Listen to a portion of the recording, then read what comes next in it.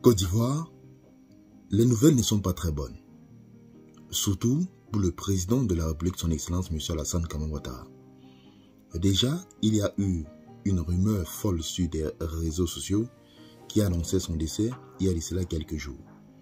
Mais, par la grâce de Dieu, le média français France 24 et certaines pages officielles du président Ouattara ont démontré que le président Ouattara est très bel et bien en vie. C'est la première des choses.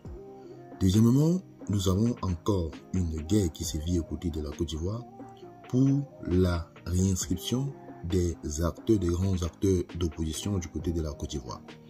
Mes chers amis, sachez que tous les grands acteurs d'opposition, à savoir Guillaume Bafoy Soro, président du GPS, Laurent Gbagbo, président du PPACI du côté de la Côte d'Ivoire, et Tidjane Thiam, président du PCI-RDA, n'ont pas encore eu l'autorisation de la CEI pour leur inscription sur la liste électorale.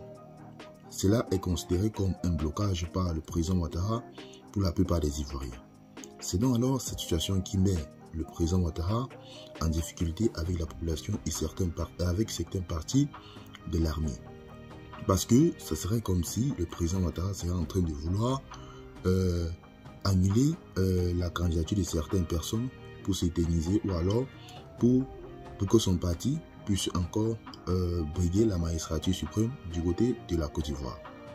Cette situation est inacceptable par une grande partie de l'armée et ils ont donc décidé de faire comprendre au président Ouattara que la Côte d'Ivoire est un pays démocratique, c'est un pays qui pourra se présenter à l'élection présidentielle. Que cette stratégie de vouloir bloquer, surtout pour Tidjane Thiam à l'élection présidentielle, ces pratiques devront s'arrêter directement.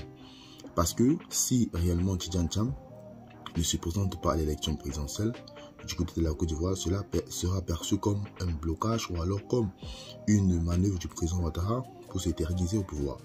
Donc pour cela, l'armée a donné bien sûr un délai de quelques heures au président Ouattara, je crois 72 heures, pour qu'il puisse mettre le nom des opposants politiques sur la liste électorale. Parce que pour les Ivoiriens, ils veulent que le choix soit ici jusqu'à la magistrature suprême. Donc il ne faudrait pas que des candidats qui ont un potentiel ou alors des candidats qui pourront être votés, qui pourront même être des candidats, soient bloqués avant même qu'ils ne soient candidats du côté de la Côte d'Ivoire.